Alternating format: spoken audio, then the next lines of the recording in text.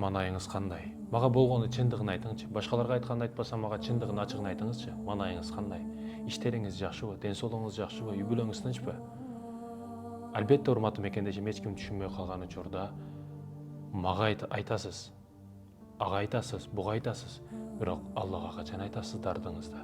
Ички көйгөй маселелерди бардыгын дартыңызды жайып салыңыз. Бир адам менин маанайымды аялым билет дейт экен. Кантип билет? Квартирада жашайм, үйүмө келген учурда звонокту 2 жолу бассам, демек маанайым жакшы. Эгер 3 жолу бассам, бул маанайым жаман дегенди билдирет. Аялымдын маанайын дагы мен жакшы билем.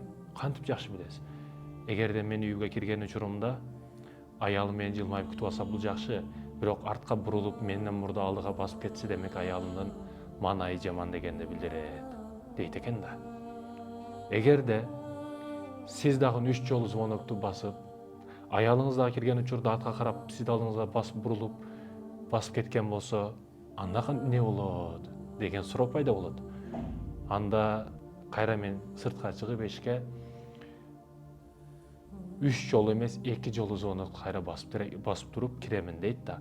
Аялым эгер маанайы жаман болгон болсо, мен бир тепкичи ылдыйга түшөмүн. Аялымды жогору көрөмүн. Аялымдын маанайы жаман болгон учурда мен жакшы боломун дейт да. Аялдан ар дайым ылдый коюп өзүмдү, аялымды көтөрөмүн дегени.